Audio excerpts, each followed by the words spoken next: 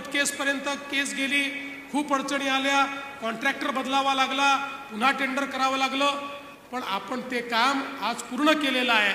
आणि आपले पालकमंत्री आणि आमदार इतके हुशार आहे की त्यांनी तोपर्यंत मला सांगितलं नाही.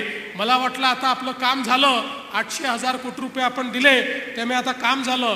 ते काम झाल्याबरोबर हे सगळे पुन्हा माझ्याकडे आले, म्हणाले आता 24/7 जर पाणी आपल्याला लोकांना द्यायचं असेल तर आपल्याला नव्याने अजून एक योजना करावी लागेल, डिस्ट्रीब्युशनची योजना, त्याच्याही करता 1000 कोटी रुपये लागतील, त्यामुळे तेही तुम्ही द्या, काळजी करू नका. तेही 1000 कोटी रुपये देण्याचा निर्णय आपण घेतलेला आहे. सोलापूरमध्ये प्रत्येक घरी दररोज न चुकता चांगला वॉटर सप्लाय आला पाहिजे, याचं प्लॅनिंग आता आपण केलेलं आहे.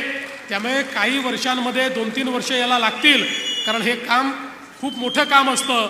एवढी पाईपलाईन टाकायची, टाक्या बांधायच्या, पण हे काम पूर्ण झाल्यानंतर सोलापूरही त्या शहरांमध्ये येईल ज्या शहरांमध्ये आमच्या माता भगिनींना नळ उघडला की पाणी मिळतं, त्यांना त्रास सहन करावा लागत नाही, असं सोलापूर हे आपण तयार करणार आहोत.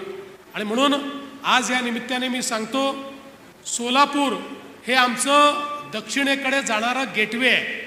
सोलापूर एक असं शहर आहे की एका एअरपोर्टमुळे आणि आमच्या शक्तिपीठ सारख्या कनेक्टिव्हिटीमुळे आज पंढरपूर असेल, आज या ठिकाणी सोलापूर असेल, आज या ठिकाणी तुळजापूर असेल, ही सगळी शक्तिपीठं आपली ही जोडली जाणार आहेत. आणि मी तुम्हाला दाव्यानं सांगतो, ही सगळी कनेक्टिव्हिटी झाल्यानंतर इथे येणाऱ्या भाविकांची संख्या ही 3 पटीने वाढेल आणि त्यातनं मोठ्या प्रमाणात रोजगाराची निर्मिती देखील होईल.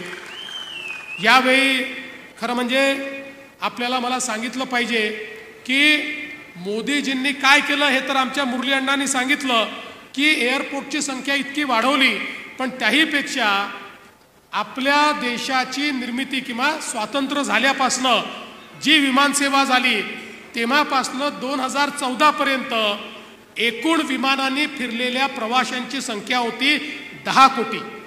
म्हणजे 50, 60, 70 वर्षात 10 कोटी. आणि गेल्या 10 वर्षामध्ये विमानाने फिरलेल्या लोकांची संख्या झाली अतिरिक्त 23 कोटी. म्हणजे 10 कोटीच्या ऐवजी 23 कोटी लोक आता विमानाने फिरायला लागले.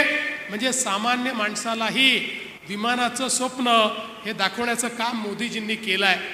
आज या निमित्ताने मला याही गोष्टीचा आनंद आहे की आपण या ठिकाणी 5 पोलीस ठाण्यांच्या इमारतीचंही उद्घाटन केलं आहे.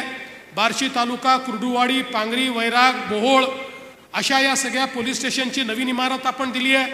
मोठ्या प्रमाणात पोलिसांची घरं आपण तयार करतो.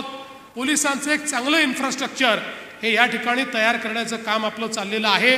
आणि मला विश्वास आहे की चांगल्या प्रकारचं इन्फ्रास्ट्रक्चर दिलं तर पोलिसांचं काम देखील चांगलं होतं आणि कायदा सुव्यवस्थाही चांगली होते. आणि कायदा सुव्यवस्था चांगली झाली तर गुंतवणूक येते, रोजगाराची निर्मिती होते. आज या निमित्ताने निश्चितपणे आत्ता नुकत्याच झालेल्या पावसामध्ये, महापुरामध्ये सोलापूर जिल्ह्यातल्या शेतकऱ्यांचं अतोनात नुकसान झालं. पण मी खरोखर मनापासनं पालकमंत्री आणि आपल्या जिल्ह्याचे जिल्हाधिकारी आणि त्यांच्या सगळ्या टीमचं मनापासनं अभिनंदन करीन की या संकटामध्ये प्रचंड मेहनत ही त्यांनी या ठिकाणी केली आणि अतिशय शेवटच्या माणसापर्यंत जाऊन NDRFच्या मदतीने हेलिकॉप्टरने लोकांना काढणं, कुठलाही मृत्यू न होता लोकांच्या व्यवस्था करणं, ज्यांना घरे सोडावी लागली त्यांच्याकरता वेगवेगळ्या व्यवस्था करणं, या सगळ्या गोष्टी त्यांनी केल्या. आणि आताही आमच्या शेतकऱ्यांना कदाचित ही दिवाळी जड जाईल म्हणून प्रत्येक शेतकऱ्याकडे आणि आमच्या प्रत्येक बहिणीकडे त्या ठिकाणी दिवाळीच्या निमित्ताने एक भेट, त्यांच्या घरी सर्व प्रकारचा शिधा, त्यांच्याकरता सर्व प्रकारच्या व्यवस्था हे पोचवण्याचं काम देखील या ठिकाणी त्यांनी केलेलं आहे. म्हणून त्यांचं मी अतिशय विशेष या निमित्ताने अभिनंदन करतो. बाजूला धाराशिवमध्ये देखील आमच्या प्रताप सरनाईक हे तिथले पालकमंत्री आहे, त्यांनी अतिशय चांगलं काम हे धाराशिवमध्ये केलं. आमचं सरकार हे ज्या ज्या वेळी शेतकरी अडचणीत असतो त्यावेळी शेतकऱ्याच्या पाठीशी उभं असतो आणि मला हे सांगताना आनंद वाटतो. शेवटी शेतकऱ्याचं जे काही नुकसान होतं, त्याला जो मानसिक आणि आर्थिक त्रास होतो, हा काही आपण कधीच सगळा भरून काढू शकत नाही. पण महाराष्ट्राच्या इतिहासामधलं सर्वात मोठं पॅकेज हे यावर्षी आपण शेतकऱ्यांकरता दिलं. 32,000 कोटी रुपये हे आपण शेतकऱ्यांना दिले आणि शेतकऱ्यांच्या खात्यामध्ये पैसे जाणं सुरू झालं. दिवाळीपूर्वी जास्तीत जास्त शेतकऱ्यांच्या खात्यात पैसे जातील, काहींना थोडे उशिराही मिळतील, पण आमचा प्रयत्न आहे हे सगळे पैसे या महिन्यामध्ये शेतकऱ्यांच्या खात्यामध्ये गेले पाहिजेत आणि पुन्हा एकदा आमचा शेतकरी हा आपल्या पायावर उभा राहिला पाहिजे, अशा प्रकारचा प्रयत्न आमचा आहे.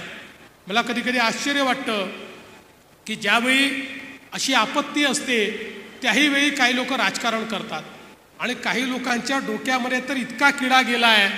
सोलापूरमध्ये तर मला एक स्टेटमेंट पाहायला मिळालं, आता हसावं की रडावं मला समजत नाही, कारण इथल्या एका नेत्याने सांगितलं, म्हणाले सोलापूरमध्ये इतका जो पाऊस आला हा निसर्गामुळे नाही आला, हा राज्य सरकारने आणला, हा महापूर राज्य सरकारने आणला. काही हरकत नाही, त्यांना एक फूल द्या आणि गेट वेल सून सांगा.